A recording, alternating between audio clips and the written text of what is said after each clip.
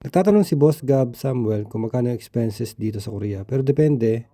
Kung matipid ka at hindi ka mahilig magpunta sa mga massage o club o kaya wala kang shotang asawa ng Koreano, sample sa akin ay nasa siguro mga 500,000. Nasa 90 o 20,000 pesos yung kada buwan. Pero mas makakatipid ka kung mayroon kang kakilala dito. Pagdating doon sa cross country, hindi ako sigurado.